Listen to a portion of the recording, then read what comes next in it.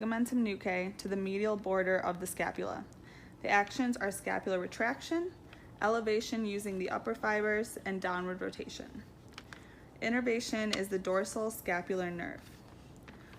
PT places the patient into the chicken wing position, which is the patient in maximum elbow flexion with the inferior angle of the scapula towards the spine. Shoulder extension and adduction with a little bit of lateral rotation. The PT applies pressure against the elbow into shoulder abduction and flexion with the free hand stabilizing the contralateral shoulder. The patient holds maximum resistance on the left side, making him a grade 5.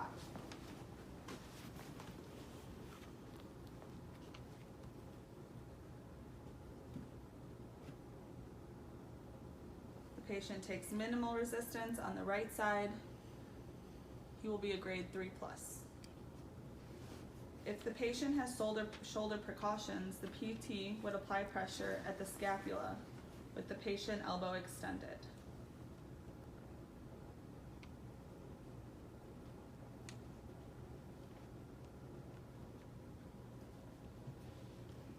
We will be testing the serratus anterior. The attachments are the surfaces of the upper 8 to 10 ribs to the anterior surface of the medial border of the scapula. It is innervated by the long thoracic nerve. Actions include protraction, upward rotation, and may act in forced inhalation if scapula is fixed. Hey Emily, my name is Spencer. I'll be your student physical therapist today. Okay. I want to test the strength of one of your muscles called your serratus anterior. That starts in your back over here, goes around to your side. Is that okay with you? Yeah. Awesome. So first, if I could have you do that motion for me. Good. The shoulder should be flexed to 120 degrees with scapular protraction. So I'm actually just going to test your range of motion here. Good. Okay. Can you hold right here for me? And I'm going to give you some pressure. Don't let me move you, okay? Ready? The physical therapist applies pressure through the distal humerus and slight pressure at the lateral border of the scapula into downward rotation and retraction. We'll do the same thing over here. Just test your range of motion. Okay. And then can you hold right here for me? Ready? Hold, hold, hold, hold. The patient demonstrated a grade of 5 out of 5 on the right and 4- 3+ on the left for taking minimal pressure. There is no gravity eliminated position for the serratus anterior. Today we will be testing the middle and lower fibers of the trapezius muscle. Hi Andrew, my name is Jasmine. I'm going to be your student physical therapist today. Great. Today I'm going to be assessing the active and passive range of motion as well as the strength of some of the muscles in your upper back. Cool. To be able to do that, I need to be able to see them as well as palpate them. Is that okay with you? Yeah, awesome. Do you mind removing your outer layer for me? Not at all. The trapezius attaches from the cervical and thoracic spinous processes to the acromion and scapular spine and is innervated by the spinal accessory nerve. The middle trapezius does scapular retraction, and the lower trapezius does scapular depression and upward rotation of the scapula. The PT tests active and passive range of motion of the scapula while supporting the shoulder joint. The PT tests to see if the patient can hold the position against gravity and provides resistance on the distal arm while stabilizing the contralateral shoulder. The patient has his head turned to the contralateral side. The patient exhibits positional weakness, and after retesting, it's seen that he receives a grade of a 5.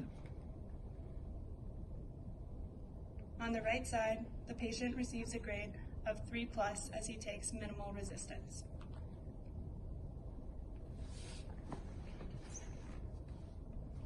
The PT is now testing the lower trapezius muscle.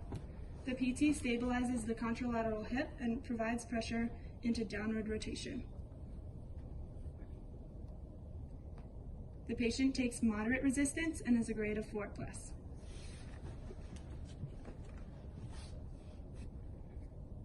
The patient holds against gravity and is a grade of a 3, but cannot hold against resistance. In this video, we will be testing upper abdominals as rectus abdominis and external and internal obliques. Hi, Ashley. My name is Aaron. I'm going to be your physical therapist today. How are you doing? Good. Awesome. So we're going to do a couple manual muscle tests that's going to help me get a better idea of what's going on. Okay. It's going to require me to place some pressure on your lower legs. Is that okay? Yeah. Okay, so go ahead and start lying down. So we're going to do a full trunk curl. I want you to start with your hands by your head. After you initiate the trunk curl, then I'm going to apply pressure, and I want you to come all the way up, okay? Whenever you're ready. Rectus abdominis flexes the vertebral column and is innervated by the ventral rami of T5 through T12 nerves and attaches from the pubic crest and pubic symphysis to cartilage of 5th, 6th, and 7th ribs in the xiphoid process. Okay, Ashley, this time I want you to extend your arms all the way and do that same motion for me, whenever you're ready. The patient was able to achieve full sitting position with their arms extended, therefore they are 3+. If the patient was not able to achieve full sitting position but could do a partial curl to clear the scapulae from the table with arms extended, the grade is a 3. If they can maintain a proper posterior pelvic tilt with their knees bent and raise their head from the table, the grade is a 3-. The test for internal and external obliques is similar to upper abdominals, but the patient rotates their trunk once they are curled. External obliques rotate the spine to the opposite side, while internal obliques rotate the spine to the same side. External obliques are innervated by the ventral rami of T5 through 12 and attach from the external surfaces of the 5th to 12th ribs to anterior part of iliac crest, abdominal apparosis to linea alba. Internal obliques are innervated by the ventral rami of T7 through T12 and L1, iliohypogastric and ilioinguinal nerves. Hi, I'm Tanner. I'm a student PT. Do you go by Allison? I do. Nice to meet you. So the plan for today is to do some manual muscle testing, which tests the strength of muscles. And we're going to start with the lower abdomen, which helps you to crunch, and then the back muscles, which help you to extend. Okay. To do so, I'll have to support your legs. Does that sound okay? Yep. All right, first I'll have you lay on your back on the table. You'll have your legs extended, your hands up by your head. Okay. The lower abdominals are innervated by the lower intercostal nerves and they act to compress the abdominal contents. The grading scale ranges from 3 to 5, 5 meaning the patient's lower extremities touch the table without compensating in the lower back. Each step down the grading scale is an additional 15 degrees between the table and the legs. Because this patient's range of motion ends about 30 degrees from the table, her grade is a 4. All right, thanks, Allison. Can I have you roll over onto your stomach? Okay, so the next thing that you're going to do is I'm going to be supporting you through the legs. Okay. You're going to have your hands behind your head, and then you're going to try to raise your trunk off of the table. Okay. The back extensors include the erector spinae muscles, which are innervated by the dorsal rami of spinal nerves, and they extend the neck and vertebral column. The only grades for these muscles are strong or weak. This patient is considered strong because she can hold a fully extended position for a few seconds. The gluteus maximus attaches proximally at the aponeurosis of the erector spinae, sacrum, sacrotuberous ligament, and posterior gluteal line, and inserts distally at the greater trochanter, gluteotuberosity of the femur, and iliotibial tract. Its innervation is the inferior gluteal nerve. Its actions are hip extension and lateral rotation. To test gluteus maximus, the PT stabilizes at the lumbar spine and applies force into hip flexion.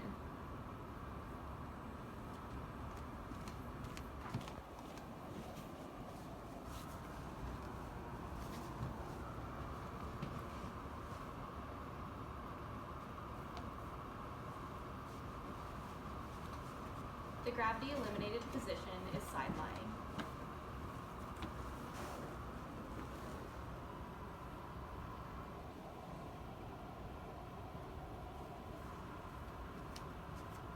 The patient exhibited a grade of 5 out of 5 on the right and 2 out of 5 on the left. Today we will be testing the hip flexors as a group. The main hip flexors are the iliopsoas, made up of the iliacus and the psoas major. The proximal attachment of the iliacus is the iliac fossa and crest, and its distal attachment is the lesser trochanter. It is innervated by the femoral nerve L2 through L4. The proximal attachment of the psoas major is the anterior transverse processes, vertebral bodies, and the discs of T12 through L5, and its distal attachment is the lesser trochanter. It is innervated by the lumbar plexus L1 through L4. The rectus femoris also flexes the hip. Hi Mariah, I'm Molly. I'm going to be your student physical therapist today. Is Mariah what you prefer to be called? Okay. Today we're going to be manual muscle testing. They're your hip flexors, and I'll be working with your thigh and your shoulder. Is that okay? Mm-hmm. Okay. So can you go ahead and lift your right knee up like this? Okay, and your left? Okay. And I'm going to do that for you.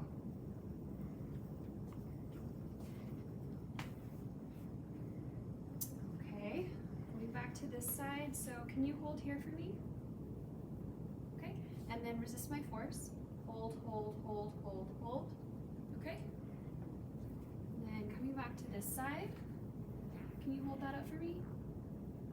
Okay, go ahead and lay on your back. We are unable to see the first arc while the patient is sitting, so the PT will put the patient in supine to see if they can move into the first arc. Okay, can you do this action for me? Okay, go ahead and lay on your right side. The patient wasn't able to move into the first arc while supine, so the PT will now put the patient into the gravity eliminated position. Okay, so I'm providing a shelf for you. Can you bring your knee up to your chest? Good job, Maria.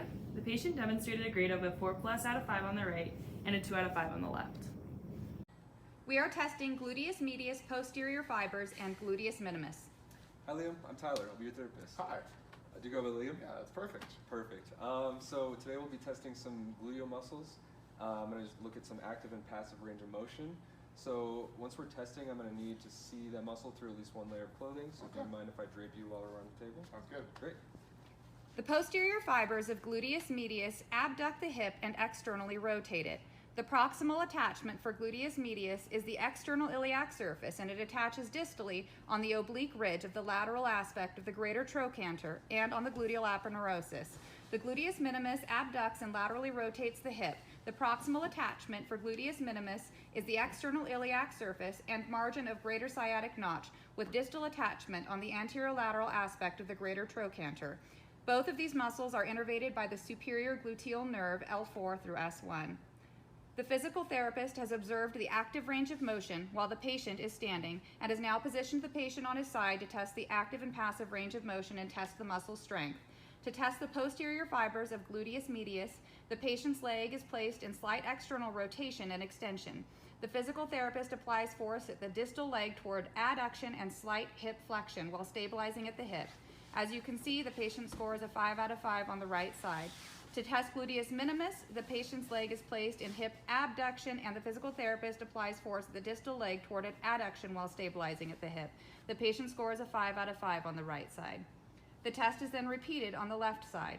While testing gluteus medius posterior fibers, the patient demonstrates a full active and passive range of motion, but cannot hold against resistance. His score is a 3 out of 5.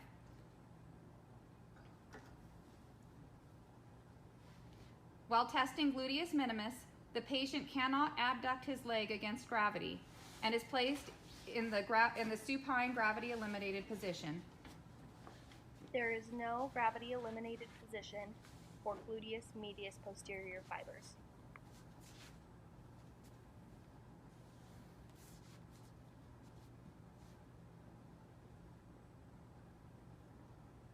The patient demonstrates a full active range of motion in the gravity eliminated position. His score is a 2 out of 5. How you doing, Danny? My name is Kyle. I'm going to be your student PT for the day. So today we're going to be testing the muscles inside your leg. They are your adductors. In order for me to do that, I have to see them, access them, so I'm going to go ahead and drape you if that's okay. And we're going to start off laying on your back and test active and passive range of motion. We will be testing the strength of the hip adductors. These muscles include adductor magnus, adductor longus, adductor brevis, gracilis, and pectineus. The action of these muscles as a group is hip adduction. The innervation for this group is the obturator nerve, except for pectineus, which is innervated by the obturator and femoral nerve, and adductor magnus, which is innervated by the obturator nerve and the tibial division of the sciatic nerve. We first tested the patient's passive and active range of motion in supine. The normative values for hip adduction are between 0 to 45 degrees. We will now be testing the hip adductors as a group. The manual muscle test will be conducted in the ipsilateral sideline position. The gravity eliminated position for hip adductors is supine. Pressure will be applied at the distal medial thigh in the direction of hip abduction. The PT will support the upper leg while providing a stabilizing force to prevent the shifting of the pelvis anteriorly or posteriorly. The patient was a 5 out of 5 on the right, but could not take pressure in the gravity position on the left. So we have moved into the gravity eliminated position. The patient is a 2+ out of 5 on the left and a 5 out of 5 on the right. Hi Spencer, I'm Joe, I'm your physical therapist today. So we're going to be testing the range of motion and the strength of some of the muscles that rotate your hip. So if you want to go ahead and have a seat on the edge of the table here. The external rotators of the hip include the piriformis, the superior and inferior gemelli, the obturator internus, quadratus femoris, and the obturator externus. All are innervated by branches of the sacral plexus, while the obturator externus is innervated by the obturator nerve. Keep going. Alright, so first thing I'm going to do is I'm going to put this towel right Testing here is on your performed leg. in a seated position with the you. hip So we're and gonna be knee both testing flexed to 90 your degrees. external The rotators. towel may be placed So to under the do that, distal if you thigh wanna in order to put keep the this thigh leg, level just with the kinda tuck table. that under the table a little bit, and then I'm going to have you just move your leg this way. So just do that as far as you can. Great. And then I'm going to go ahead, so you go ahead and relax. I'm just going to move it myself. Okay. Go ahead and hold this position for me. All right. And I'm going to give you The some resistance PT to go provides ahead and pressure pull into it inside. internal rotation at the distal medial leg while also stabilizing the patient's ipsilateral knee. Here the patient demonstrates a grade of 5. We're going to do the other leg as well. So go ahead and put this towel under there. All right, and can you do that same thing for me if you tuck this leg under the table a little bit? Go ahead and move that one. Having a hard time with that? Yeah, that's okay. So I'll go ahead and take this towel out, and I'm going to have you lay down on your back. Okay. And we'll just kind of test it in a different position here. And so what we're going to do is I'm just going to have you bend your leg up here. In the gravity I'm just gonna eliminated show you that position, motion the again. So we're PT just gonna be doing that re-demonstrates same the range of desired like motion that. before having the Go patient ahead, I'm attempt just to move. providing a shelf right here for your Here, leg, so if the you go ahead patient and do that on demonstrates your a own as grade far as of you can. 2 by moving through the full range of motion in a gravity eliminated position. All right. Go ahead and relax. Medial hip rotation is performed by the gluteus medius, gluteus minimus, tensor fascia lata, assisted by the adductor brevis and longus, and the superior portion of the adductor magnus. Hi Eddie, I'm Michael. I'm going to be your physical therapist today. So what we're going to be doing today is assessing the range of motion of what's called hip medial rotation, as well as the strength of some of the muscles that do that. So the first thing I'm going to have you do is just kick both of your legs out to the side, just like that. All right, nice job. I'm going to put this towel underneath your knee here. Great. Please note that the physical therapist is stabilizing at the ipsilateral medial knee and applies pressure at the distal lateral leg, just proximal to the ankle in the direction of hip external rotation. Our patient's right leg was a 5 because the patient could hold against maximum pressure provided by the physical therapist. Can you hold this? Because the patient was not able to medially rotate against gravity on the left side, the physical therapist transitioned their patient to laying supine with their hip and knee flexed to 90 degrees. Okay, now Eddie, this is the movement I want you to do. Can you do that? Great job. Because the patient can move through the entire arc in the gravity eliminated position, the grade is a 2. The quadriceps muscle group consists of the rectus femoris, vastus medialis, vastus lateralis, and vastus intermedius muscles, and will be tested as knee extensors in this presentation. The physical therapist will begin with an introduction. Hi, I'm Justin. I'm your student PT today. Hi. So we're going to be testing your knee extensors. In order to do so, I need to put my hands on the muscle belly. Is that okay? Yes. Awesome. These 4 muscles are innervated by the femoral nerve and spinal segments L2, L3, and L4. The rectus femoris starts at the AIIS and grooves superior to the acetabulum and attaches to the base of the patella. The vastus medialis attaches from the intratrochanteric line, spiral line, linea aspera, and medial supracondylar line to the base and medial border of the patella. The vastus lateralis attaches from the intratrochanteric line, greater trochanter, gluteal tuberosity, and linea aspera to the base and lateral border of the patella. And the vastus intermedius spans from the anterior aspect of the proximal 2/3 of the femoral shaft to the lateral border of the patella. The patient is being tested in the supine position to establish the first arc against gravity. The patient cannot hold against gravity on her left side and is transitioned into contralateral sideline.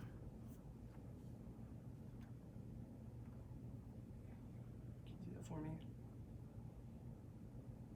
The patient moves into the second arc and is graded a 2- on her left side. The test we will be demonstrating is for the hamstring muscle group. Hi Maddie, I'm Carrie. I'm going to be your student physical therapist today. I'm going to be doing some muscle testing on the back of your thigh. That's going to require me to palpate those muscles, and I need the skin to be exposed. And you're wearing shorts, so that's great. I'm also going to need you to lay face down on the table for me. Is that going to be okay for you? Yeah. All right. The hamstring muscles consist of the biceps femoris laterally and the semimembranosus and semitendinosus medially. The long head of the biceps femoris attaches from the ischial tuberosity and sacrotuberous ligament to the lateral side of the fibular head. It flexes and laterally rotates the knee and extends the hip and is innervated by the tibial division of the sciatic nerve. The short head attaches from the lateral lip of the linea aspera and lateral supracondylar line to the lateral aspect of the fibular head. It extends the hip and is innervated by the fibular division of the sciatic nerve. The semimembranosus and semitendinosus both share a proximal attachment at the ischial tuberosity.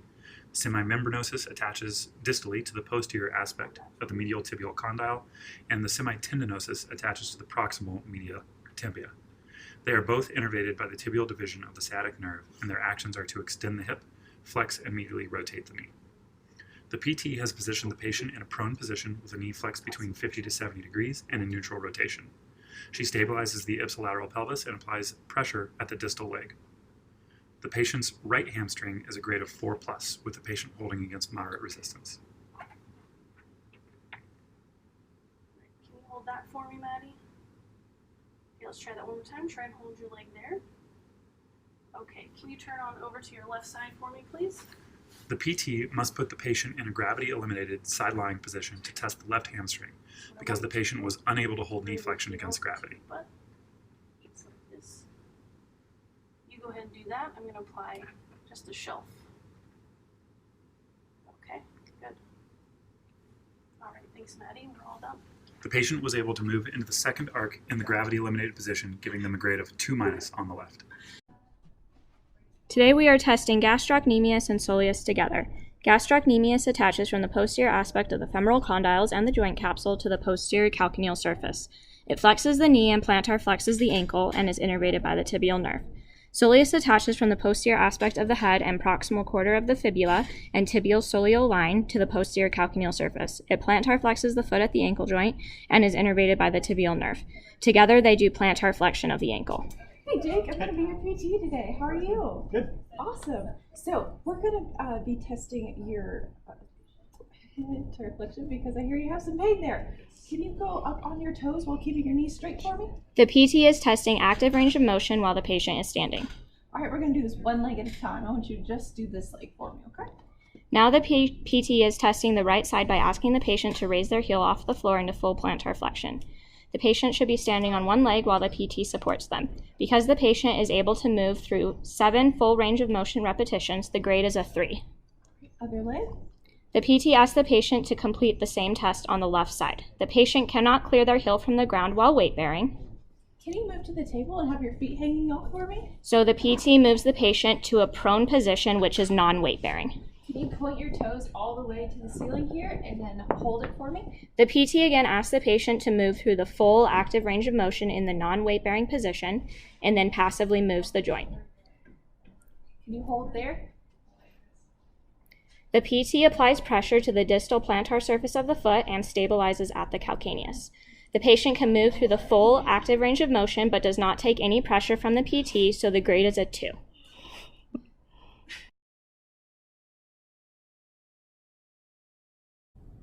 We are testing the soleus muscle.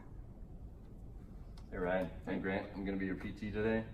We're going to go ahead and look at kind of that lower leg, both sides. So we're going to do a manual muscle test of one of the muscles in your lower leg called the soleus, as well as I'll kind of go through active and passive range of motion for that. So to do so, I'm going to have to kind of put my hands on your ankle joint. Does that sound okay with you? Yes. The soleus attaches proximally to the posterior aspect of the head and proximal fibula and the tibial soleal line to the posterior calcaneal surface. It is innervated by the tibial nerve. The PT initially tests this muscle, whose action is plantar flexion, in a standing position. The patient flexes their standing knee and is prompted to do up to 20 heel raises. You can see the right soleus receives a grade of 4 out of 5 after 15 heel raises. The left soleus is being tested in a prone body weight eliminated position with knees bent to 90 degrees. You can see the PT stabilizes with one hand at the calcaneus and one hand at the distal foot while testing the patient's range of motion. The left soleus receives a grade of 2- out of 5. It cannot move through its full range of active motion.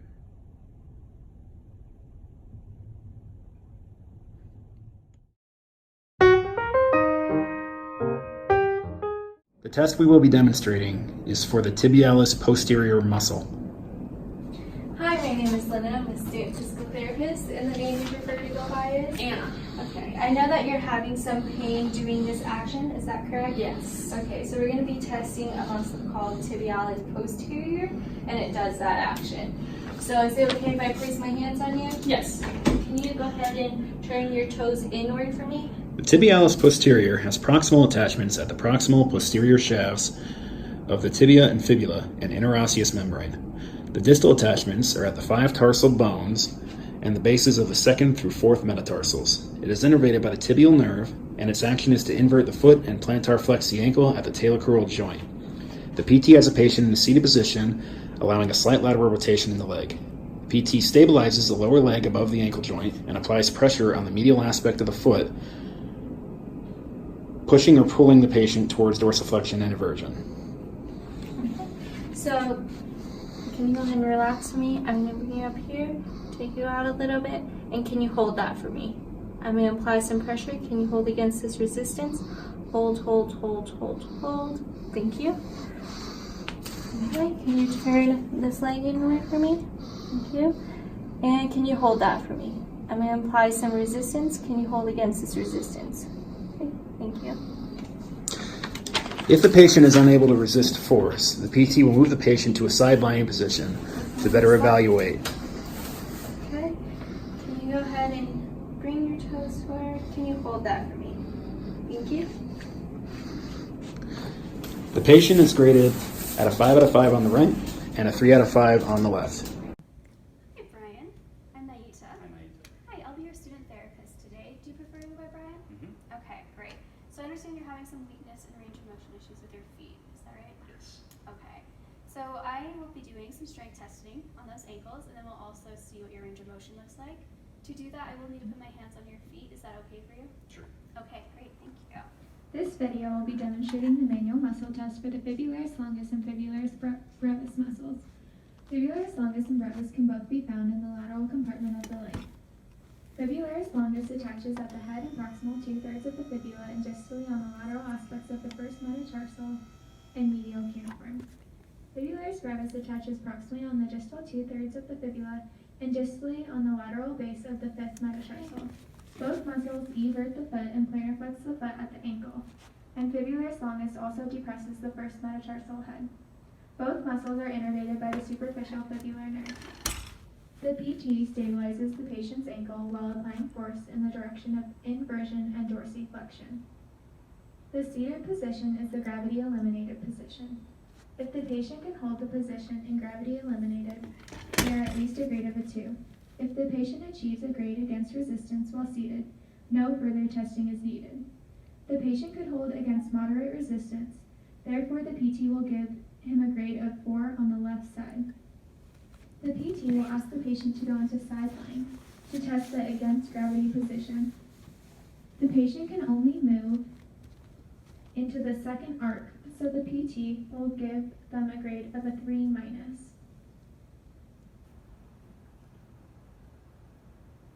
Okay, thank you for coming in, Brian. Hand that pillow. Perfect.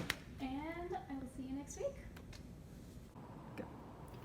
The tibialis anterior originates on the lateral proximal tibia, the tibial condyle, the interosseous membrane, and the superficial crural fascia. The tibialis anterior inserts at the medial surface of the medial cuneiform bone and the first metatarsal bone.